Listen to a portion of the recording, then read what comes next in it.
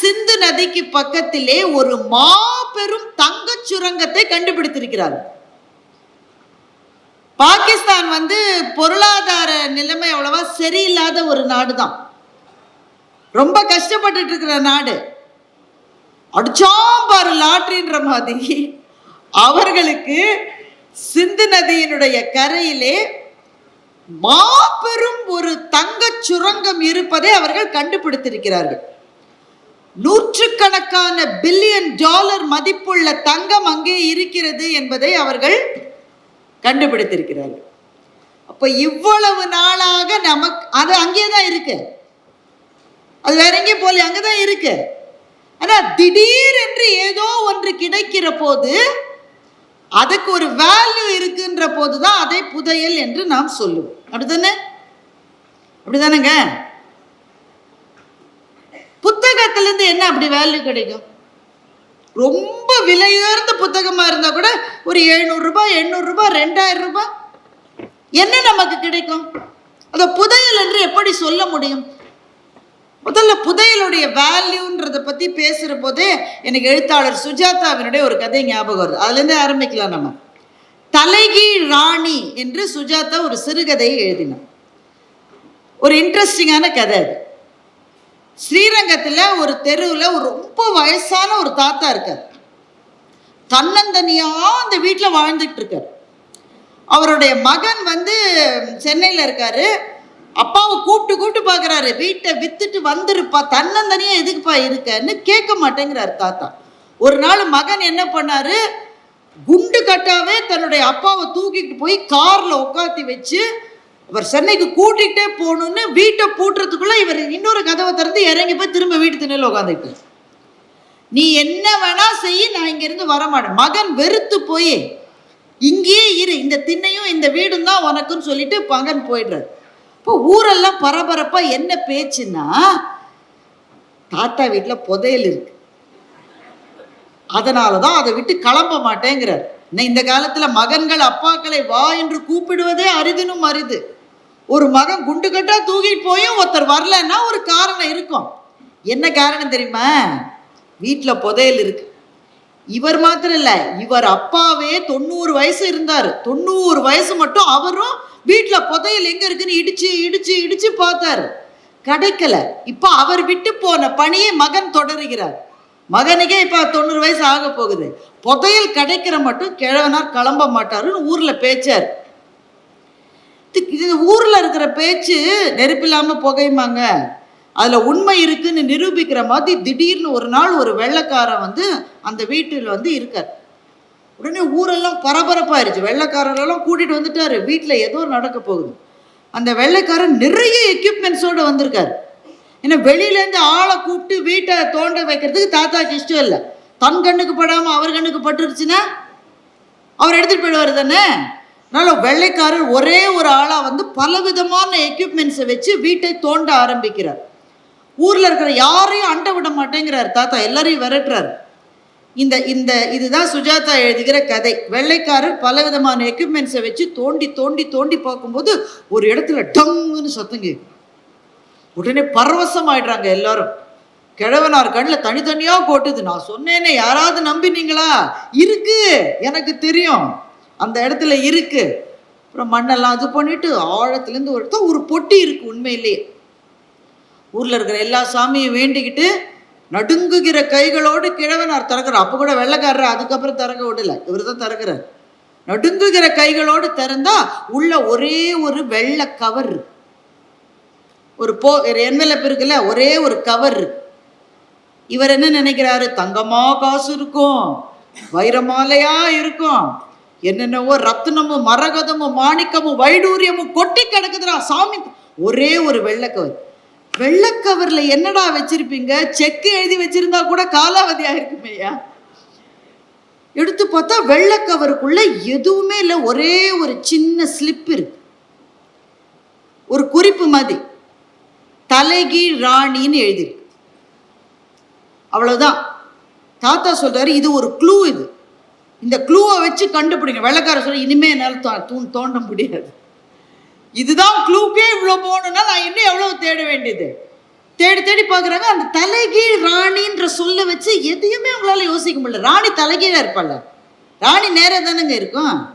தலைகீழ என்ன ராணி இருக்கும்? தலைகீழ ராணி இருக்கிற ஒரே இது சீட்டுக்கட்டில் தான் ஒரு ராணி தலைகீழாக இருக்கும். இது தவிர எங்கேயுமே தலைகீழாக இருக்காது. சீட்டுக்கட்டில் ஏதாவது க்ளூ இருக்கும். தேடி தேடி பார்த்து சலிச்சு போய் வெள்ளைக்காரர் சொல்கிறாரு, சார் ஒரு வேளை இருந்திருக்கலாம், இப்போ எதுவும் இல்லை, அதனால் நம்ம கிளம்பிடலாம், இனிமேல் எதுவும் கிடைக்காதுன்ற முடிவுக்கு எல்லாரும் வந்துடுறாங்க. தாத்தாவும் மனசு உடஞ்சி போயிட்டார். வீட்டை யாருக்கோ விற்கிறதா டிசைட் பண்ணிவிட்டு வீட்டை கடைசியாக ஒரு முறை பார்த்துட்டு போகிறேன், இனிமேல் எனக்கு புதையலும் கிடைக்காது, ஒன்றும் கிடைக்காது. எங்கள் அப்பா ஒரு குறிப்பு எழுதி வச்சிருக்காரு, அந்த கடிதத்தை கிழிச்சு போட்டால் தான் எனக்கு ஆத்திரம் அடங்கும்னு சொல்லி அந்த ஒயிட் கவர் இருந்தது இல்லை, அதில் ஒரு ஸ்டாம்ப் வேற ஒட்டியிருக்கு. அந்த ஒயிட் கவரை கிழிச்சு அங்கே போகிற குப்பை தொட்டியில் ஒரு குப்பை வண்டி போயிட்டுருக்கு, அதில் போட்டுட்டு தாத்தா கிளம்பிட்டார். வெள்ளைக்காரரும் கிளம்பிட்டார். ஆனால் வெள்ளைக்காரருக்கு மனசு கேட்கல, எதுவும் இருக்குது, எதையோ மிஸ் பண்ணுறோம், நம்ம எதையோ மிஸ் பண்ணுறோம். தலைகீழ் ராணினா என்ன, தலைகீழ் ராணினா என்ன? திடீர்னு ஃப்ளாஷ் அடிக்குது அவருக்கு. அந்த ஒரு ஒயிட் என்வலப் இருந்தது இல்லை, அதை ஒரு ஃபோட்டோ எடுத்து வச்சுருக்காரு. அந்த ஃபோட்டோவை பார்க்குறாரு, அந்த வெள்ளை என்வலப்பில் ஒரு ஸ்டாம்ப் ஒட்டி இருக்குல்ல, பழைய கால ஸ்டாம்ப்பு. ஏன்னா இவருடைய தாத்தாவுக்கு தாத்தா உபயோகிச்ச ஸ்டாம்ப் அது. அந்த ஸ்டாம்ப்பு பழசாக இருக்குது. நல்லா ஜூம் பண்ணி பார்க்குறாரு. அந்த ஸ்டாம்பில் எலிசபெத் ராணியினுடைய படம் இருக்கிற ஸ்டாம்ப் அது. ஆனால் அந்த ராணியினுடைய படம் தலைகீழாக அச்சிடப்பட்டிருக்கிறது. இதில் ஸ்டாம்பில். உடனே போய் கூகுள் சர்ச் பண்ணி பார்க்குறாரு. அப்போதுதான் தெரிகிறது, தவறுதலாக பிரிண்ட் பண்ணப்பட்ட ஸ்டாம்புக்கு பல $1,000,000 மதிப்புள்ள மார்க்கெட் இருக்கான். அதுவும் ராணியினுடைய ஸ்டாம்பை தவற அச்சிட்டாங்கனாக்க அதெல்லாம் கலெக்ட் பண்ணுறதுக்கு ஒரு கோஷ்டி உலகத்தில் இருக்கு. அவர்கள் இப்போ அவர் தேடி பார்க்குறாரு, எவ்வளவு ஸ்டாம்ப் அச்சிட்டாங்க, தலைகீழாக அச்சிட்டாங்க. அவங்களெல்லாம் அநேகமாக ராணி கழுவில் ஏற்றிருக்குன்னு நினைக்கிறேன். அந்த காலத்தில் தலைகீழாக அச்சிடப்பட்டது எவ்வளோ ஸ்டாம்புன்னா வெரி ஃபியூ, 10-15 அதுக்குள்ளே நிறுத்திட்டாங்க தலைகீழாக அச்சிடும். அந்த 15 வச்சிருக்கிறவெல்லாம் இன்னைக்கு மில்லியனர். அதில் ஒரு ஸ்டாம்ப்பு நம்ம தாத்தாவிட்ட கிடச்சி அதை அவர் ஒரு என்வெலப்பில் ஒட்டி தலைகீழ் ராணின்னு குறிப்பு வச்சுட்டு தான் அவர் போய் சேர்ந்திருக்காரு. நம்மளால தான் கண்டுபிடிக்க முடியலன்னு வெள்ளைக்காரர் கண்டுபிடிச்சி உடனே ஃபோன் பண்ணுறாரு. யாருக்கு? தாத்தா காரில் போயிட்டுருக்காருல்ல, தாத்தாவுடைய டிரைவருக்கு ஃபோன் பண்ணி, எங்கே கிழிச்சு போட்டார் தாத்தாட்ட கேளு. தாத்தா கிட்ட எங்கேயோ கிழிச்சு, அங்கே ஒரு குப்பை வண்டி போயிட்டு இருந்தது, அதில் கிழிச்சு, அந்த குப்பைக்காரரை கண்டுபிடின்றார் வெள்ளைக்காரர். உடனே ஊர் முழுக்க ஃபோன் பண்ணி கலெக்டர்லேருந்து அந்த கார்பரேஷன் அதிகாரிகள்லேருந்து தாத்தாவிலேருந்து தாத்தா பையன்லேருந்து வெள்ளைக்காரர்லேருந்து அத்தனை பேரும் ஒரு குப்பை வண்டிக்காரரை தேடி போனார்கள் அப்படின்னு கதையை முடிச்சிட்டார் சுஜாதா. நம்ம குப்பைக்காரர்னு சொல்றோம்ல, குப்பையை போடுறவங்க குப்பைக்காரரா, குப்பையை எடுக்கிறவர்கள் குப்பைக்காரர்களா? குப்பையை எடுக்கிறவங்கள நம்ம குப்பைக்காரன்னு சொல்லிட்டு இருக்கோம், போடுறவங்க தானே குப்பைக்காரங்க. அந்த சகோதரரை அது மட்டும் யாரும் மதிச்சிருக்க மாட்டாங்க. அவர் அந்த சைடு வந்தா கூட தள்ளி போப்பான்னு சொல்லியிருப்பாங்க. இன்னைக்கு ஸ்ரீரங்கம் ஊரே அவரை தேடி போச்சுன்னு கதையை முடிச்சிட்டாரு சுஜாதா. இப்போ அந்த புதையல் கிடைச்சுதா இல்லையா? குப்பை வண்டியை ஓட்டி செல்லுகிற சகோதரரை பார்க்க முடிஞ்சுதா, பார்க்க முடியலையா? பார்க்க முடிஞ்சாலும் இவர் கசக்கி போட்ட காகிதம் கிடைச்சுதா, கிடைக்கலையா? அப்படியே கிடைச்சாலும் அதுல இருக்கிற ஸ்டாம்ப் சேதாரமாகாமல் இருந்ததா இல்லையா? அப்படியே அது நல்லா இருந்தாலும் அதை பிரித்தெடுத்து விற்று தாத்தாவுக்கு புதையல் கிடைச்சுதா, கிடைக்கலையா? இந்த கேள்வி எதற்கும் எழுத்தாளர் சுஜாதா பதில் சொல்லவில்லை. நமக்கு என்ன விருப்பமோ அந்த விடையை fill in the blanks மாதிரி நாமே போட்டுக்கலாம். தலைகீழ் ராணி என்ற கதையிலே அவ்வளவு காலம் அந்த புதையலின் மீதுதான் அந்த தாத்தா இருந்து கொண்டிருந்தார். அது மேலே தான் இருந்தார், ஆனால் அது தெரியல. அதை ஒரு கதையாக சொல்லுவார்கள். ஒரு பிச்சைக்காரர் ஒரே இடத்துல இருந்து ஒரு ஊர்ல ரொம்ப நாள் பிச்சை எடுத்தாராம். யாராவது 50 பைசா போடுங்க, 1 ரூபாய் போடுங்க, 2 ரூபாய் போடுங்கன்னு. ஒரு நாள் அவர் இறந்து விட்டார். சரி, இவ்வளவு நாளா ஊர்ல இருந்த பிச்சைக்காரர் இறந்துட்டாரு, நம்ம கௌரவமா ஒரு அடக்கம் பண்ணிடலான்னு அவர் உட்கார்ந்து இந்த இடத்தையே தோண்டினாங்களாம். அதுக்கு கீழே ஒரு புதையல் இருந்துதான். அந்த புதையலின் மீது உட்கார்ந்து கொண்டுதான் அது தெரியாமல் அந்த பிச்சைக்காரர் அவ்வளவு நாள் 20 வருஷம் பிச்சை எடுத்திருக்காரு. தாத்தா ஸ்டாம்புக்கு மேலேயே உட்கார்ந்து ஸ்டாம்பை தேடின மாதிரி பிச்சைக்காரர் புதையலின் மீதே உட்கார்ந்து கொண்டு பிச்சை எடுத்தது மாதிரி ஒரு விதத்தில் நாம் எல்லாரும் கூட வாழ்க்கையில் மகிழ்ச்சியை, சந்தோஷத்தை, அவர் சொன்னார் இல்லை, எதை பார்த்தாலும் ஆச்சரியப்படுகிற ஒரு மனது, எதை பார்த்தாலும் பரவசமாகிற ஒரு உள்ளம், இதெல்லாம் நமக்கு இல்லை. எதை பார்த்தாலும் முன்னாடியே பார்த்த மாதிரி இருக்கு நமக்கு. இதுல என்ன இருக்குன்னு தோன்றுகிறது.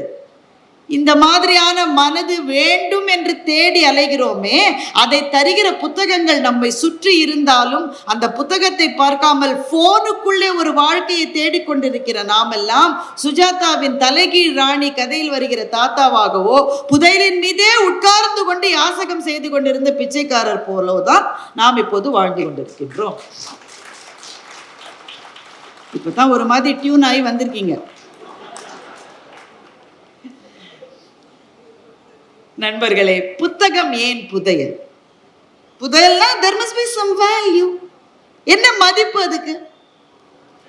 ஒரு வார்த்தை, ஒரு வாசகம், ஒரு கவிதை, ஒரு கதை, ஒரு நூல், இது எதுவுமே ஒருவரினுடைய வாழ்க்கைக்கு புதையலாக முடியும். இது எல்லாமே புத்தகத்துல தான் இருக்கு.